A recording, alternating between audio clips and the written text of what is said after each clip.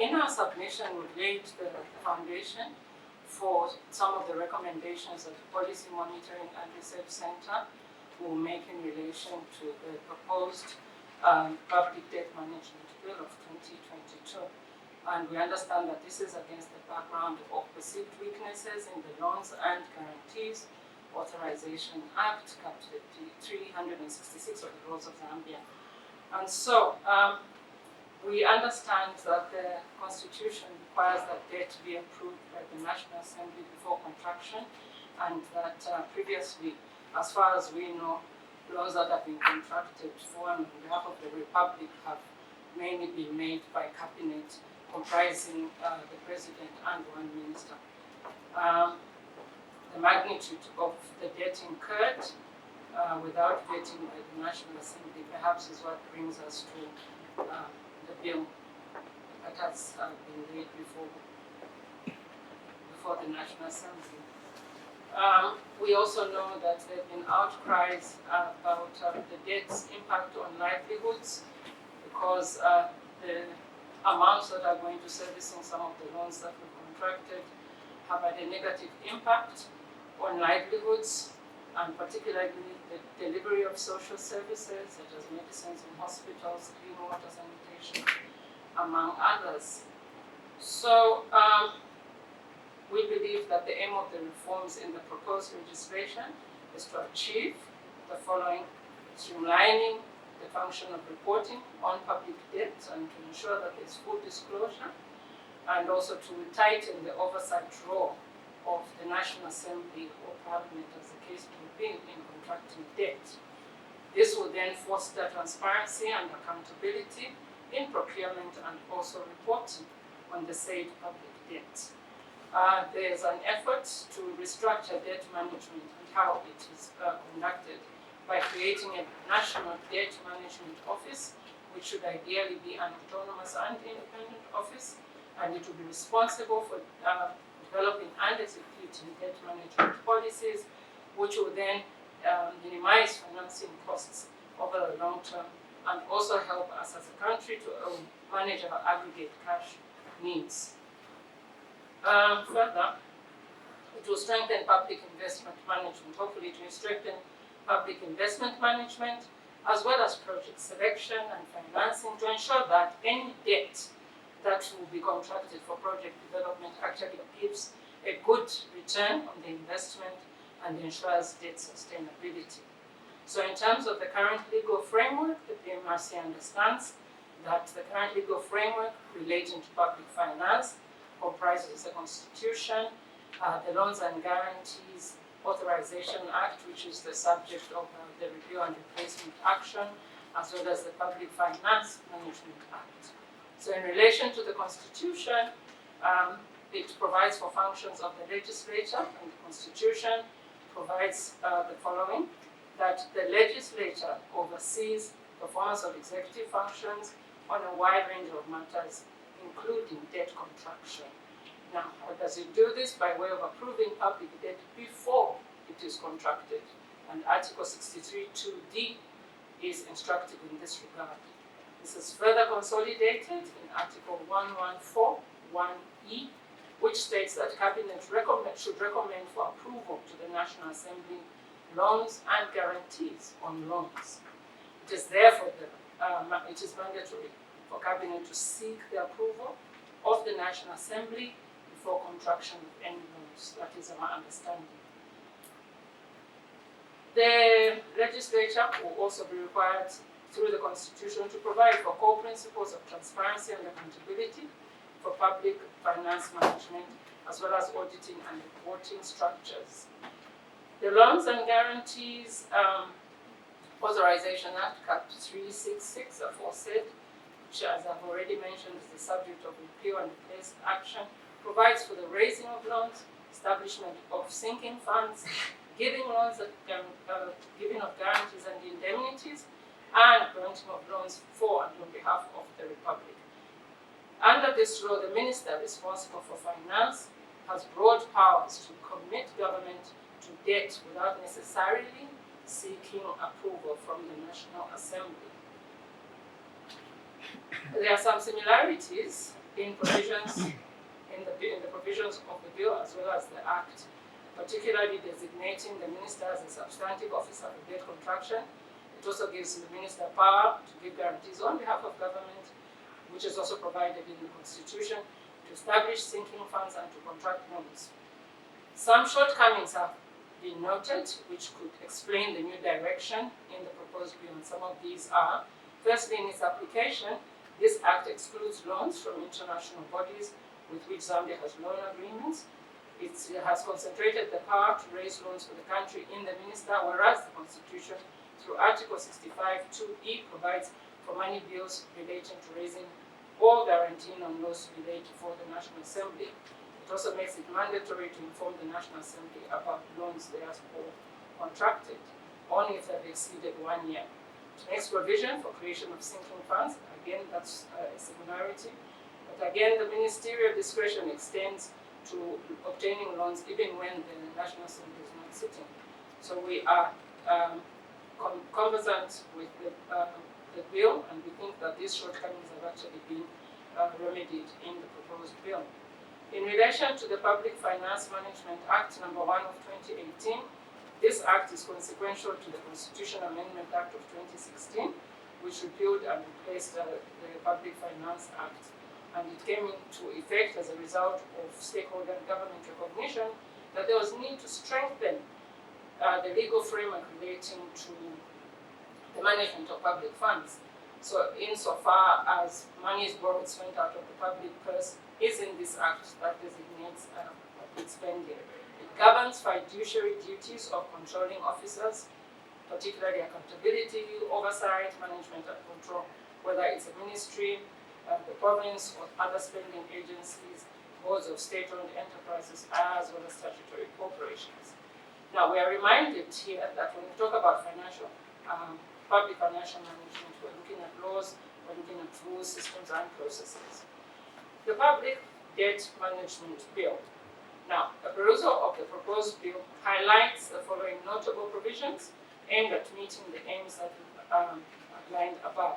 Under Section 5, it will seek to establish a debt management office, and that has spelled out the functions of that office, one of which will be to advise government on medium-term debt strategy and annual borrowing plans. And these will be presented to the National Assembly for approval at a time to be stipulated in the Act. We applaud this provision as it firmly places the National Assembly in a position to approve or veto debt prior to contraction. The proposed bill also contains provisions for reporting to the National Assembly over the performance of debt, and we believe this is contained in Part 9. Sections 40, 41, and 42 are comprehensive in this regard. In terms of the provisions relating to publication of annual borrowing plans and medium-term debt strategy, we note these provisions as well. In relation to public debt management generally, the proposed bill makes extensive reference to the Public Finance Management Act, and it's recognized that this is an effort to ensure that there is harmony in the legislation. So some definitions have not been repeated in the bill for this reason, and we understand that this is actually a technical standard of drafting. We, however, do note gaps in relation to, first of all, the role of cabinet in obtaining loans. This has not been comprehensively canvassed in the bill. This has been a particularly contentious issue, and this particular bill is an opportunity to remedy the shortcomings in the loan contraction process. While we appreciate that the Constitution provides for the functions of the executive in relation to loans and guarantees on behalf of the Republic, there is need for more detail, especially if, as government heeds calls for increased transparency and accountability to the extent that this is possible. So the manner of publication is another issue. The manner of publication of information relating to public debt has not been expressly stipulated. What is apparent is that there is no specific manner provided for, and this is left to the discretion of the minister. Here we are referring to Section 42 in particular. The words "in a manner that the minister considers necessary" will import a wide latitude of discretion on the part of the minister, and PMRC is of the view that if the law is to be responsive to calls for accountability, transparency and certainty, that the discretion element needs to be removed, and the manner of publication should be entrenched in a general provision for all the reports under Part 9. Section 41(2) makes reference to publication of a debt statistical bulletin on the official website of the ministry responsible for finance. This should be a general provision for all the reports under that part, whether it's the debt sustainability analysis, the debt statistical bulletin, the execution report, among others. To this, we can add the status of the sinking fund, deposits and withdrawals at any given time. Lessons from other countries. We are drawing lessons from Kenya, Botswana, and Rwanda, and these, we believe, compare very well with the objectives of the proposed bill. The Kenya Public Finance Management Act of 2012 establishes a unified debt management office called the Public Debt Management Office, which is based on good international practice, providing in front, middle, and back office.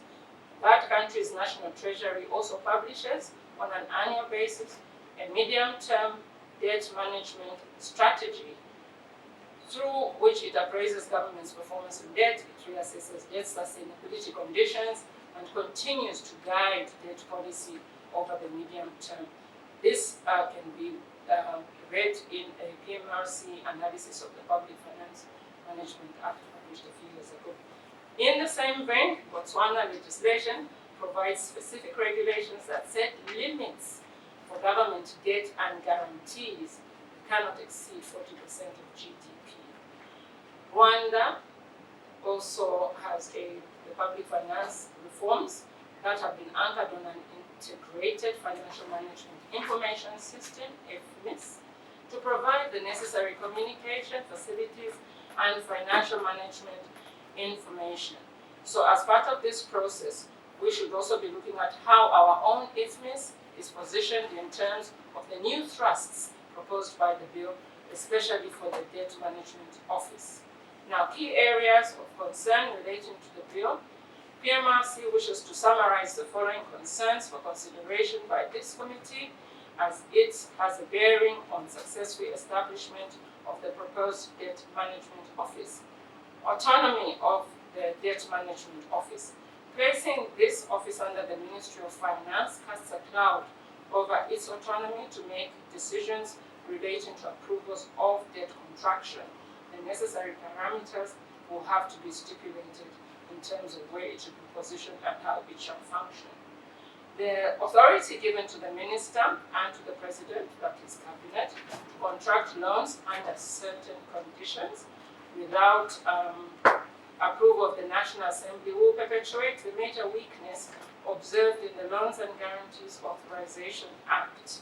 There should ideally be no urgency in getting the country into debt. So those conditions, these certain conditions that have been referred to, will need to be further explained and understood.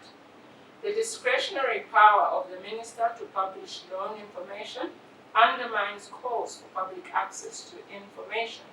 Section 40, subsection 2, will merely breed speculation. In terms of the offence of financial misconduct on the part of a public officer that is set out in section 46(3), we believe that the definition of financial misconduct does not extend to contracting debts envisaged in this bill. Rather, it refers to what happens to the money after it has come into the financial system. So there is need to clarify the intention here. In terms of recommendations, the Policy Monitoring and Research Center wishes to make the following recommendations. In addition to the staff of the proposed Debt Management Office, it is recommended that a board be included to oversee the decision-making function.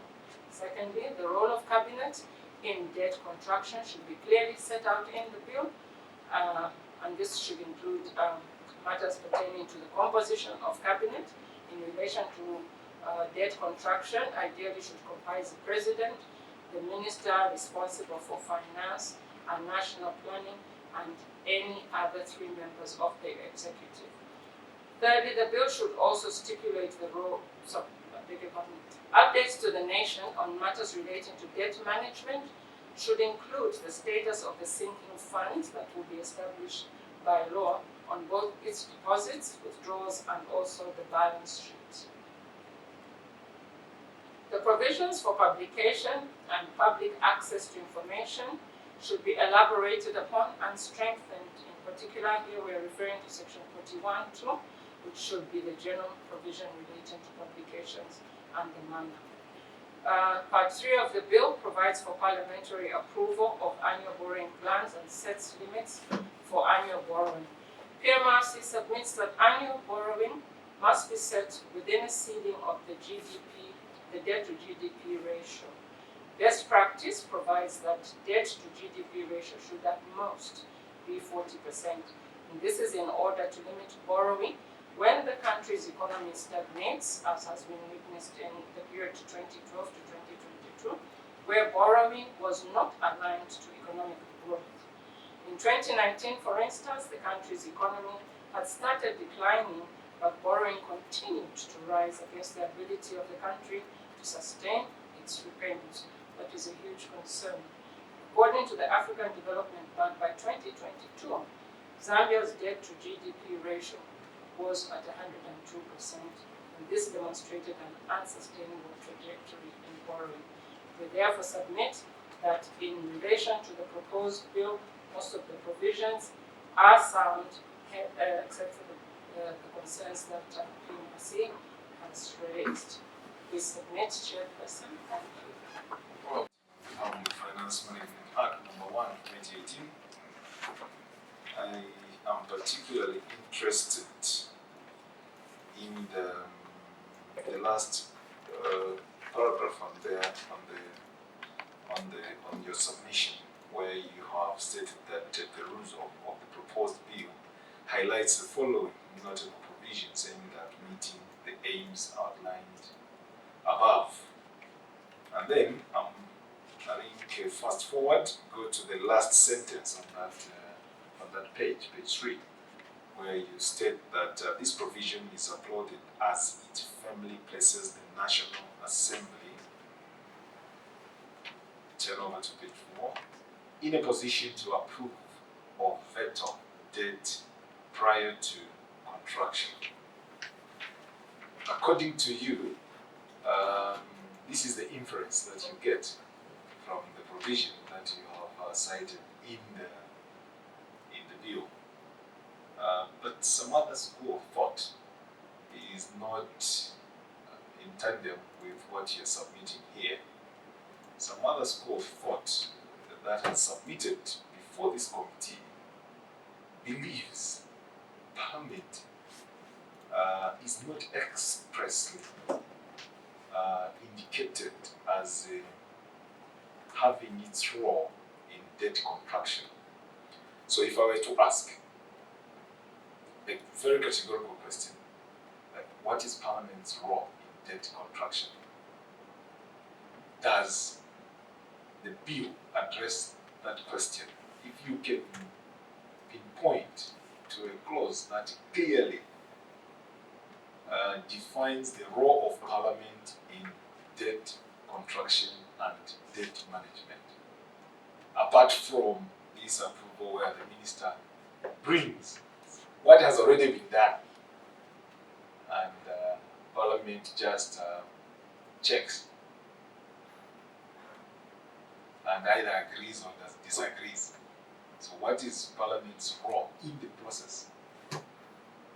I hope you understand my question. Yes. I submit, Chairperson. Thank you. Honorable Spongy. Based on the sinking fund and the Loans and Guarantees Act, Chapter 366, where it says it's from short terms that have been noted in the legislation. And among the short terms, we are saying it makes provision for the creation of sinking fund for the loans at the discretion of the Minister of Finance. I thought this provision is sitting out that the sinking fund will be open where principal and interest are being deposited. How do you allow this fund? Okay, you can respond. Follow up. Okay. Just to follow up, I think as you answered to my question, I've seen also on page 4, I think the second paragraph where you are lamenting, you say, we however note gaps in relation to the following. The first bullet point, you're saying the role of cabinet in obtaining loans has not been expressly provided for. So you're acknowledging that fact. Just like another school of thought, thinks that even for Parliament it's not expressly provided for. So how would you suggest that it should sit in relation to cabinet also, just like the other school of thought feels Parliament's role is not expressly mentioned? Okay, PMRC. When we talked about key areas of concern, we do refer to the autonomy of the public debt, the debt management office. We do recognize that the role has not been expressly provided for, but it is also our hope that under the discussion under autonomy, if we place the debt management office in the National Assembly as opposed to in the Ministry of Finance, it will cure some of those challenges, even if they are not expressly set out in the Act. It is going to be more a procedural issue, perhaps not necessarily answered through a provision in the legislation. We deliberately left that open so that as the debate is raging, we don't have a particular position, but we are hoping that we cured that by highlighting that the debt management office will need to be autonomous. Then Parliament will have a bigger say instead of merely being called upon to rubber stamp decisions when they've already been made. If that office is not placed under the Ministry of Finance and National Planning, but instead sits under the legislator, then that oversight role that is already provided for in the Constitution automatically addresses some of these challenges. At least that's the perspective we chose to take. The schools of thought are many. We've looked at most of them, and this was not considered stand. In relation to the sinking fund? So in relation to the sinking fund, there's an issue of discretion which does not really sit well with us. Discretion is about we can or cannot. So it's an issue of saying, can it just be stipulated clearly to say a sinking fund should be established? So I think in our submission we've indicated there's so much power that is being given to the minister. So also that's where regulation should come. It's more like an issue of saying I can do or I cannot do it. So I think it also depends on yes, I think going back to when people were getting the Euro bonds, a sinking fund was made. And that was made because there's a provision in the law to say sinking funds might be made, but there was no cohesion to say money should be deposited. So in our recommendations, we've put to say every year there should also be, as the minister is giving updates on debt sustainability, debt reports to the National Assembly, one key thing also is to give updates on the sinking fund. I think the sinking fund, the Euro bonds that were gotten in the past, we only had once when they started putting money into the sinking fund. I think that was after 2016. So we'd like those updates. Then we should hope that would be able us to show that we are ready. Look at what happened to the first bulletin we're supposed to pay in November. Because we had no money in the sinking fund. This is where the issue of discretion comes in.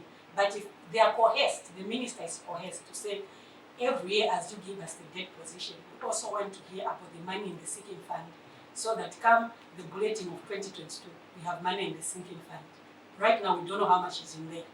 Or are we prepared for the first bulletin of 2022? Okay, you indicated a Parliament office to sit under the Ministry of Finance, and if I got you saying maybe to sit under the legislation, and in the same way also under your recommendations, you have indicated that there should be a board where this public debt offices is reporting to. Now, going by what you just said, that we move the office from the ministry to the legislation. And if that happened, would you still also want to see the board created? Chairperson, the board will follow the location of the office wherever it sits. So our proposal for it to sit under the legislature is so that this approval is debated by a larger number, the representatives of the people. If it is sitting in the executive, the chances of bypassing this approval or the chances of not discussing the requirements of incurring this debt, first of all, will be, it will run contrary to what the act is actually, the bill is actually trying to do. So if you remove it from the executive, where the Constitution has already said the legislature provides oversight to executive functions. So it follows therefore that this debt management office, which still seeks approval from the National Assembly, should ideally sit in the legislature for practical purposes. The board will also follow. Okay, the issue of time, a certain percentage, like in this case, the minister, according to the proposed bill, cannot borrow more than 65% of GDP. And there have been examples in there, like Botswana currently is at 40%. And also there have been also some comments from other players where they're saying, in fact, giving a limit black and white is also a danger. In an event that maybe the economy is performing very badly and you hit the 65, for example, in this case, and you have nowhere to go. Whatever happens, you are tied. You can't exceed. Currently, you've indicated we are at about 102%. And the reason is maybe because of the strategies. Economic performance goes up, it goes down. So putting 65% in debt. What will be your comment? Thank you very much. So why it is important to put a ceiling of debt to GDP is to cure the issue of borrowing when the economy is not growing. As a country, because we have this appetite to borrow, even if the economy is not growing. So it's an issue whereby even in a house, you continue borrowing, you go to the bank, you go to PayPal, when remember your income, your salaries are not growing, but because there's this appetite to borrow, maybe you need to buy a TV, you need to buy what, so you continue borrowing, but you have no backbone on how these repayments should be made. That's what we experienced in the past years. To say our economy was growing at this rate, it moved from about 8 to 5 to 3 point something, but we continue to borrow with a notion of saying we are building roads, we are building hospitals, but I feel even in a house, you would rather borrow for business than borrow it for consumption. So we need to ensure that our borrowing is in relation to how our economy is growing in order for us to be able to repay what we're able to borrow. Then we now trying to go back, because trying to go back to say no, you borrow and then you reach an end. You now have to start going back to IMF and what, when really, I think this thing had hit debate at some point when our borrowing ratio was moved to around 52%. I remember very well. It brought issues, especially in Parliament, to say, and we had an issue of saying, no, we've moved it to 55, we've moved it to 65, because we still have a big threshold for borrowing. So that's what we're trying to cure. We're trying to cure this appetite to borrow when we have no ability to pay back.